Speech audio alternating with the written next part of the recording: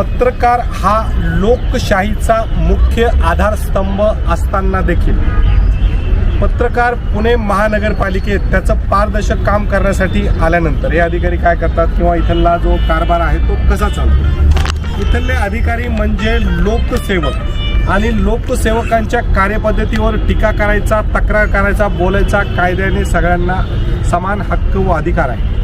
माझे जे मित्र आहेत हे जेव्हा त्यांचं काम करण्यासाठी इथे आल्यावर त्यांचा माईक होता, त्या माईकचं शासकीय कर्मचाऱ्याला ॲलर्जी निर्माण झाली। त्यानंतर यांना वाहनात बसून फिरवण्यात आलं।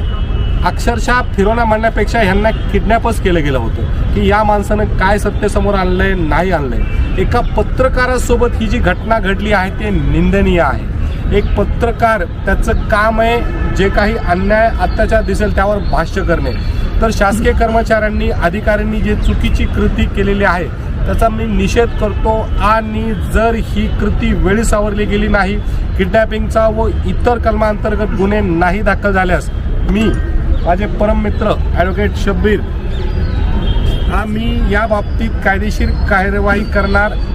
FIR दाखल करावी, नसता आम्ही न्यायालयात जाऊ व लोकशाही मार्गाने आंदोलन करू। धन्यवाद मित्रांनो, आमचा हा व्हिडिओ शेवटपर्यंत बघितल्याबद्दल धन्यवाद।